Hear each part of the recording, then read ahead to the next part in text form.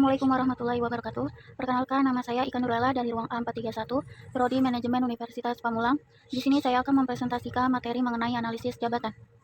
Pertama-tama, saya akan menjelaskan apa itu analisis jabatan. Analisis jabatan atau job analysis adalah suatu cara, prosedur, dan kegiatan yang dilakukan untuk mengumpulkan dan menganalisis informasi tentang pekerjaan, berupa deskripsi pekerjaan, indikator pekerjaan, pendidikan dan kompetensi yang diperlukan, prosedur operasi melaksanakan pekerjaan, hasil pekerjaan, serta kompensasi dan penilaian pekerjaan. Tujuan analisis jabatan. Menurut Sudarmayanti tahun 2010, tujuan analisis jabatan adalah sebagai berikut. 1. Penarikan seleksi dan penempatan karyawan.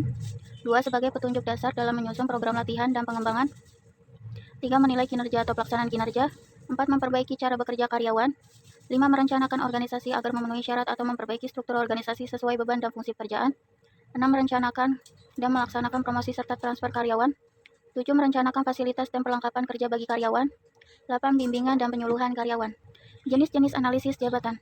Jenis analisis jabatan menurut Gomez tahun 2003-95101 membagi dua jenis analisis jabatan, yaitu analisis jabatan tradisional atau traditional job description dan analisis jabatan yang merorientasikan hasil atau result oriented job description.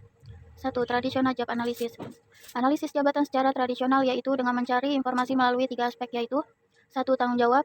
2. Merinci unit organisasi agar pekerja bertanggung jawab, tunduk kepada pengarah dan bagian pengendali pelaksana, kewajiban-kewajiban umum seseorang yang sedang memegang suatu kedudukan, dan 3. Kualifikasi-kualifikasi minimal yang diterima sebagai kelayakan. 2. Result oriented job description.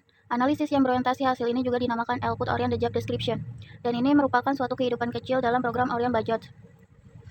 Uraian pekerjaan yang berorientasikan hasil menguraikan harapan-harapan organisasi yang jelas kepada para pekerja dan sekaligus mendorong para supervisor dan pekerja untuk mengetahui bahwa baik standar maupun imbalan tergantung pada persyaratan tertentu. Analisis jabatan jenis ini memuat pertanyaan-pertanyaan tentang task, condition, standard, case, qualification. Manfaat analisis jabatan. Analisis jabatan memiliki banyak manfaat untuk pimpinan suatu perusahaan atau organisasi. Salah satunya untuk memecahkan masalah mengenai kepegawaian, khususnya yang berkaitan dengan tugas yang harus dilakukan oleh pekerja pada perusahaan tersebut. Adapun beberapa manfaat analisis jabatan, yang diantaranya yaitu 1. Untuk penarikan dan seleksi tenaga kerja. 2. Untuk penempatan posisi dari tenaga kerja. 3. Untuk menentukan pendidikan maupun pelatihan dari tenaga kerja. 4. Untuk keperluan penilaian kerja. 5. Untuk perbaikan syarat-syarat dalam pekerjaan. 6. Untuk promosi jabatan pada tenaga kerja. 7. Untuk perencanaan organisasi. Metode pengumpulan informasi dalam analisis jabatan. Joseph Morse dalam ASA tahun 2004 memperbincangkan beberapa metode dalam analisis jabatan. Metode-metode tersebut adalah metode dengan kuesioner atau angket, metode dengan checklist, dengan wawancara individual, pengamatan, wawancara kelompok, technical conference, catatan harian, metode dengan ikut bersama-sama kerja, dan yang terakhir adalah metode teknik critical incident.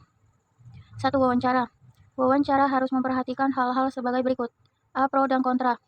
Wawancara kiranya metode yang paling banyak digunakan untuk tugas dan tanggung jawab jabatan, dan penggunaannya yang luas mencerminkan keunggulan. B. Pertanyaan-pertanyaan yang khas, meskipun ada kekurangan-kekurangannya. Wawancara itu digunakan secara luas. C. Pedoman wawancara. 2. Kuesioner. Meminta karyawan mengisi kuesioner untuk menggambarkan tugas-tugas yang berkaitan dengan jabatan, dan tanggung jawab mereka adalah satu cara lain untuk memperoleh informasi analisis jabatan. 3. Observasi. Observasi langsung khususnya bermanfaat. Nilai jabatan-jabatan terutama terdiri dari kegiatan yang dapat diobservasi secara khusus. 4. Buku harian. Pendekatan yang lain adalah meminta karyawan membuat buku harian atau daftar dari apa yang mereka lakukan sepanjang hari untuk setiap kegiatan yang terlibat di dalamnya. Kegiatan tersebut bersama dengan waktunya dicatat dengan karyawan itu di dalam sebuah buku harian. Prinsip melakukan analisis jabatan. Job analysis dilakukan melalui proses tiga arah antara pemangku jabatan atau job holder, atasan superior, dan job analyst.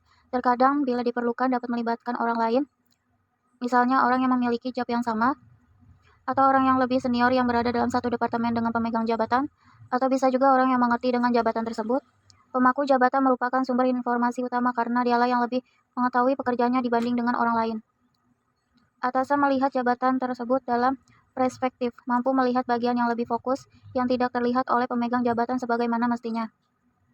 Job analyst adalah orang luar yang independen dan terlatih untuk melihat job dan membantu pemangku jabatan dan atasan memberikan draft dan menuntun perubahan-perubahan yang dilakukan semua pihak terkait sampai hasil akhir. Prinsip dasar dalam melakukan analisis jabatan adalah 1. Melakukan analisis, bukan membuat list atau daftar tugas pekerjaan. 2. Menganalisa jobnya, bukan orang yang memaku jabatan. 3. Fakta bukan judgement. Rentang isi job description. Gugus tugas, tanggung jawab dari job description berupa rentang atau kisaran jabatan dalam min tugas dan maks tugas pada periode waktu tertentu. Jika tugas atau tanggung jawab tersebut sudah di bawah min tugas, maka sebaiknya dilakukan revisi terhadap job description tersebut atau job realisis. Demikian juga jika tugas atau tanggung jawab sudah melewati maks tugas. Dari sini terlihat bahwa job description merupakan dokumen yang dinamis, mengikuti perkembangan, strategi kondisi maupun situasi organisasi. Teknik menyusun peringkat jabatan. Melakukan evaluasi jabatan atau job evaluation sangat berbeda dengan melakukan evaluasi personil atau assessment. Namun dalam pelaksanaannya seringkali terjadi perdebatan karena para evaluator tidak dapat melepaskan faktor subjektivitas, yaitu dengan melihat para pemegang jabatan. Biasanya ini terjadi ketika yang melakukan evaluasi jabatan adalah personil dari perusahaan itu sendiri, dan melakukan evaluasi jabatan terhadap jabatan yang sudah eksis. Faktor subjektivitas inilah yang sering terjadi di setiap perusahaan, sehingga dalam diskusi pun faktor ini masih terus terbawa. Apalagi seperti kita ketahui bahwa hasil evaluasi jabatan biasanya akan digunakan untuk penentuan grade penghasilan. Metode yang digunakan antara lain. 1. Metode ranking. Metode ranking memang simpel atau praktis, yaitu hanya dengan membandingkan setiap jabatan yang ada di dalam organisasi perusahaan, dengan melihat kemampuan yang dipersyaratkan, effort atau fisik dan mental, tanggung jawab dan kondisi pekerjaan. 2. Metode klasifikasi. Metode klasifikasi ini adalah dengan menempatkan jabatan-jabatan pada grade atau kategori tertentu yang telah dibuat sebelumnya atau yang sedang menjadi standar. Kemudian dibandingkan apakah sudah sesuai atau tidak, dan proses terus dilakukan sampai betul-betul sesuai. 3. Metode perbandingan faktor. Metode ini membandingkan faktor-faktor suatu jabatan yang biasanya dikompensasi dan jumlah faktor yang dibandingkan tidaklah banyak. Biasanya 4 atau 5 faktor. Dan biasanya yang dibandingkan adalah kemampuan, effort atau fisik dan mental, tanggung jawab dan kondisi pekerjaan. 4. Metode poin. Metode ini memberikan poin tertentu kepada faktor-faktor suatu jabatan seperti kemampuan, effort atau fisik dan mental, tanggung jawab dan kondisi pekerjaan. Kemudian seluruh hasil penilaian pada setiap faktor dijumlahkan sehingga didapat jumlah total poin tertentu. Semakin tinggi jumlah poinnya, semakin tinggi juga nilai jabatannya. Pentingnya analisis jabatan bagi bisnis Anda. 1. Menjamin akan arus kerja. 2. Terhindar dari tumpang tindih dan juga konflik. 3. Penentu kualitas sumber daya manusia. 4. Menjadi sarana tumbuh kembangnya perusahaan yang ada. 1. Menjamin akan arus kerja. Dalam sebuah arus kerja ada sebuah keterikatan antara pekerjaan yang satu dengan yang lainnya.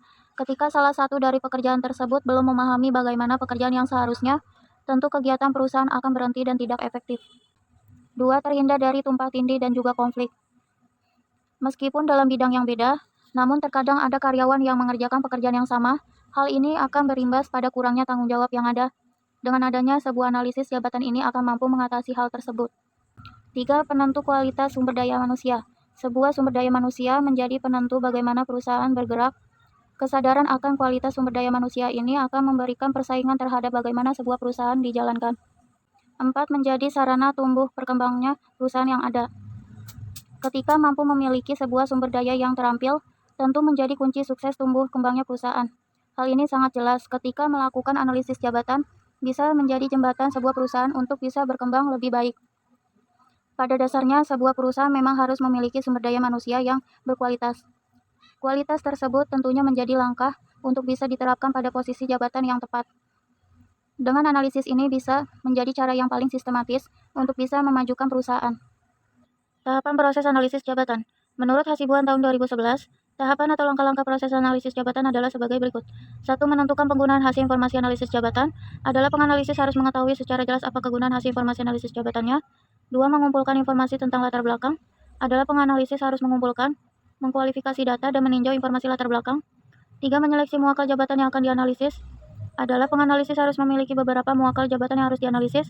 4. Mengumpulkan informasi analisis jabatan adalah penganalisis kemudian mengadakan analisis jabatan secara aktual dengan menghimpun data tentang aktivitas pekerjaan, perilaku karyawan yang diperlukan, kondisi kerja, dan syarat-syarat personel yang akan melaksanakan pekerjaan.